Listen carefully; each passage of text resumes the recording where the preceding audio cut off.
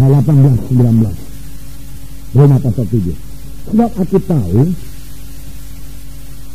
bahwa di dalam aku, yaitu dalam, sebab aku tahu bahwa di dalam aku, yaitu dalam aku sebagai manusia, tidak ada sesuatu yang baik.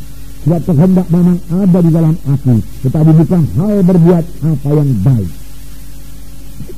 Sebab bukan apa yang aku kehendaki, yaitu yang baik yang aku perbuat, melainkan apa yang tidak aku kehendaki, yaitu yang jahat yang aku perbuat. Ini kesaksian Paulus, juga kesaksian kita bersama. Berarti apa yang jahat, apa yang tidak baik, itu yang aku perbuat. Mengapa berarti? Karena kita masih di bawah hukum dosa, berarti di bawah hukum dosa. Apakah jawaban bagi ini, bagi hal ini? Berarti ayat 24. Aku manusia celaka, siapakah yang akan melepaskan aku dari tubuh maut ini? Tuhan kita. Inilah jawabannya, berarti. Kemudian pasal 8 ayat 1 berkata, demikianlah sekarang tidak ada penghukuman bagi mereka yang ada dalam Kristus Yesus. Roh yang memberi hidup telah memerdekakan kami dalam Kristus dan dari hukum dosa dan hukum maut. Ayat 2, roh yang memberi hidup atau Roh Kudus telah memerdekakan kami dalam Kristus dari hukum dosa dan hukum maut. Roh Kudus membebaskan dari hukum dosa dan hukum maut. Apakah itu hukum dosa? Saudara, kita semua mengetahui hukum gravitasi. Daya tarik bumi. Kalau saya lempar ini ke atas, jatuh ke bawah, berarti. Nah, saudara, karena ada hukum gravitasi, berarti. Ya. Saudara, hukum dosa juga demikian. Kita mau berbuat baik, jatuh kepada dosa. Kita mau berbuat baik, jatuh kepada dosa. Apakah jalan keluarnya? Apakah yang membebaskan kita daripada hukum dosa itu? Berarti di sini dikatakan Roh Kudus, dia katakan memerdekakan kamu daripada hukum dosa. Hanya satu pembebas, berarti, yaitu Roh Suci, berarti. Roh Suci menyebabkan secara hidup menang terhadap dosa. Tidak perlu lagi jatuh bangun, berarti. Itu sebabnya semua kita perlu dibaptiskan dengan Roh Kudus.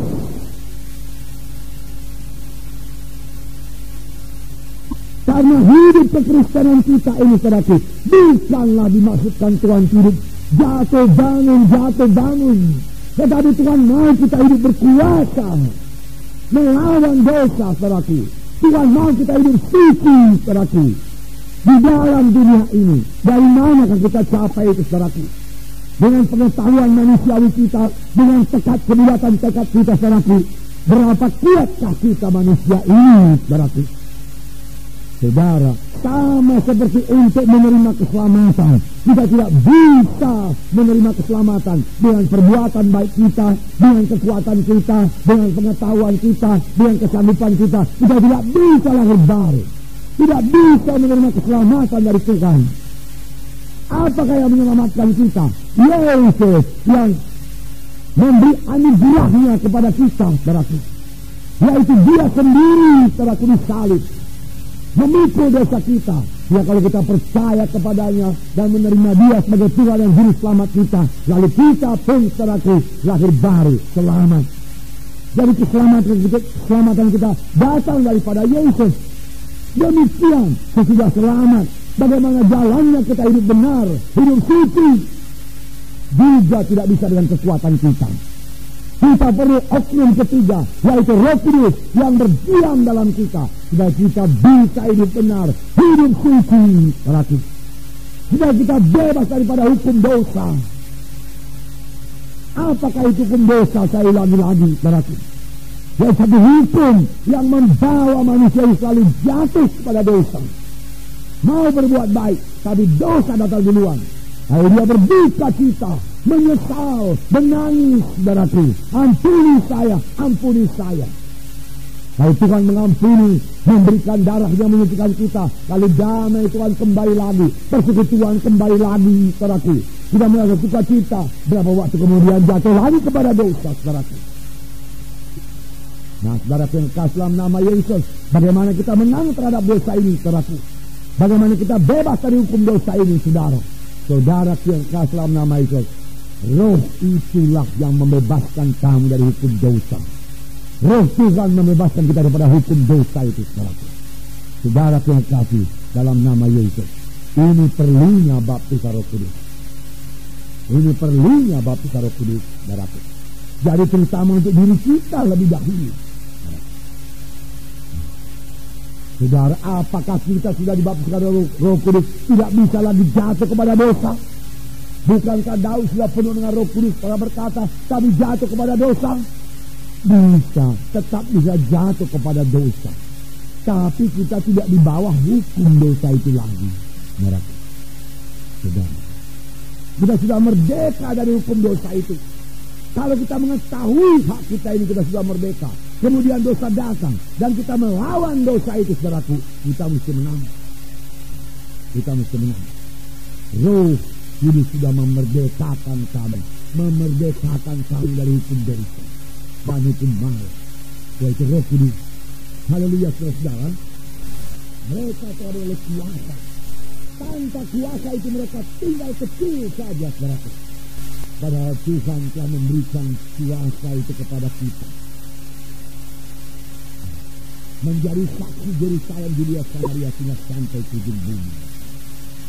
Nah, jadi itu pertama sekali, saudara, baptisan Roh Kudus kepada kita, bila kita menang terhadap dosa, bila kita hidup benar, hidup suci.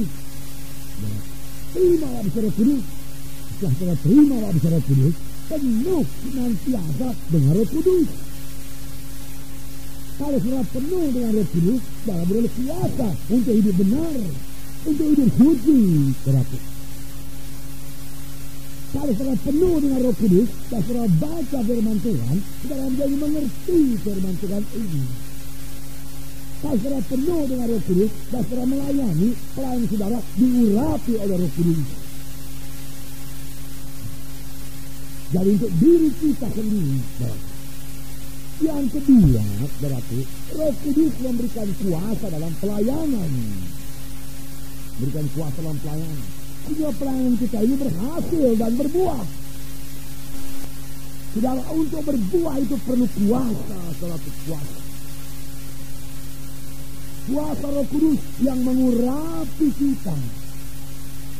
Saudara, sehingga kalau kita memberitakan firman Tuhan ataupun bersaksi, ada urapan Roh Kudus.